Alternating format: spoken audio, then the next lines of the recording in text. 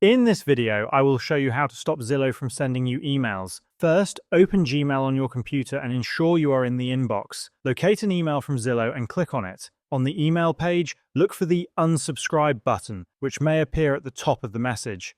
If you do not see this button, scroll down to find the unsubscribe from this email option at the bottom of the message.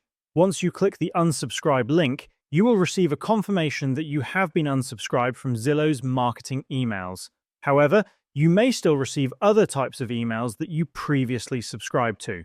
If you change your mind, you can click resubscribe to start receiving marketing emails again. If you want to completely stop all Zillow emails, select the option that says unsubscribe from all Zillow emails. After choosing this, Zillow may ask you to provide a reason for unsubscribing. While this step is optional, you can select a reason, such as receiving too many emails or another relevant option.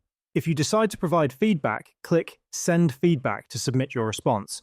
Please note that while you will no longer receive marketing or promotional emails, Zillow may still send you important operational messages, such as password reset notifications. Additionally, it may take up to 24 hours for your unsubscribe request to be fully processed. By following these steps, you can effectively manage your email preferences and reduce unnecessary messages from Zillow.